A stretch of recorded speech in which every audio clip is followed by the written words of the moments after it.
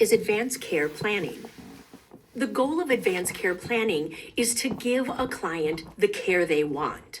It allows clients to make decisions about their future care in situations where they may not be able to do it on their own, in cases of end of life, dementia, and brain injury. If a client becomes medically incompetent or incapacitated and there's no advance directive on file or family member available, we will deliver life-sustaining care.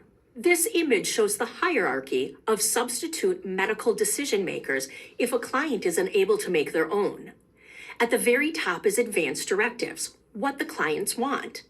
Next is the medical power of attorney. That's who the client has appointed to make their decisions.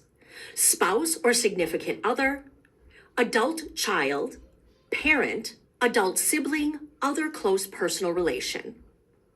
You can see how important it is that we discuss with our clients who they wish to make their decisions if they can't.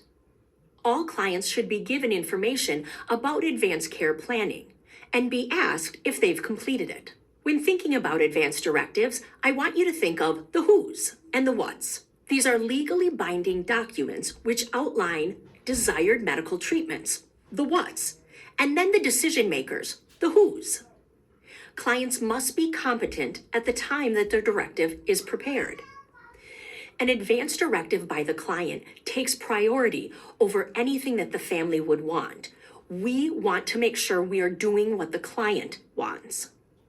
The client records should clearly show if they have an advance directive on file. You can upload these into their electronic medical health record. Failure to comply with advance directives can result in legal action. Two types of advance directives are durable power of attorney, the who's, and a living will, the what's. Advance directives vary internationally and by region. Sometimes they use different terms and different documents. Let's talk about the types of advance directives. Durable power of attorney for healthcare. This is the who. This is who the client legally authorizes to make decisions if the client cannot make their own.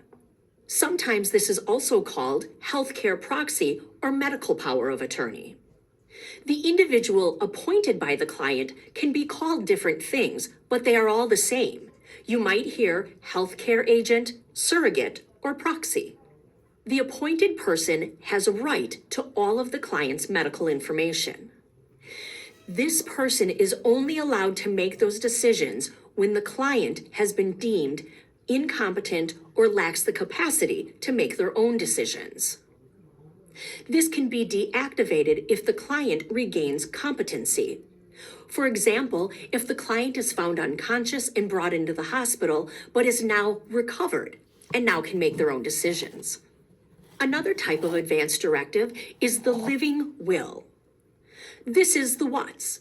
The client has decided what they want as end-of-life care. This does not involve the proxy.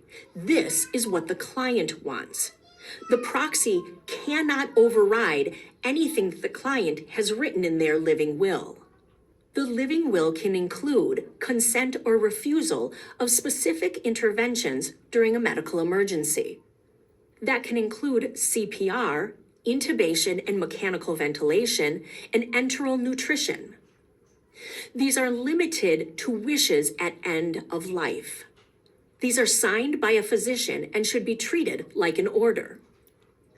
Do not attempt to resuscitate orders.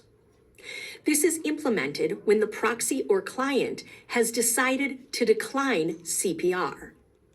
This is based on the client's wishes. This order is written by a healthcare provider. It is based on informed consent. The client or proxy is either consenting or refusing. This must be clearly presented to all staff caring for that client. It's especially important to report this during handoff report and to communicate to everyone caring for that client. This order requires frequent review. The client can change their mind or the client's condition can improve. An example would be a client who has a DNAR order in place and is going to the operating room for a procedure. During the procedure, that order might be suspended, and then the order can be resumed later. The client in the community with an active DNAR order might have a card in their wallet, they might wear a bracelet, or they might have the documents that show that order. The DNAR orders should be available to the client. Any attempt of resuscitating a client with a valid DNAR order could result in legal charges of battery. A DNAR order does not mean we stop caring for the client. You will continue to provide care to that client. For example, if a client has in their DNAR order that they refuse intubation, but they need oxygen, we could provide them with an oxygen mask. Let's talk a little bit about organ donation. If a client is competent and over age 18, they can either consent or refuse to be an organ donor. If a client is deceased and their wishes are unknown, a family member can decide to donate their organs. The request for donation is typically done by a healthcare provider, a specially trained nurse, or a member of the transplant team. Some clients will have their wishes clearly defined in their advance directive living will. There are some myths about organ donation. Donation does not delay funeral arrangements. If it is decided that donation will occur, it usually happens pretty quickly. Donation does not affect if you can have an open casket at a funeral. The signs of organ donation are not visible when the client is dressed. The family does not incur any cost for the donation.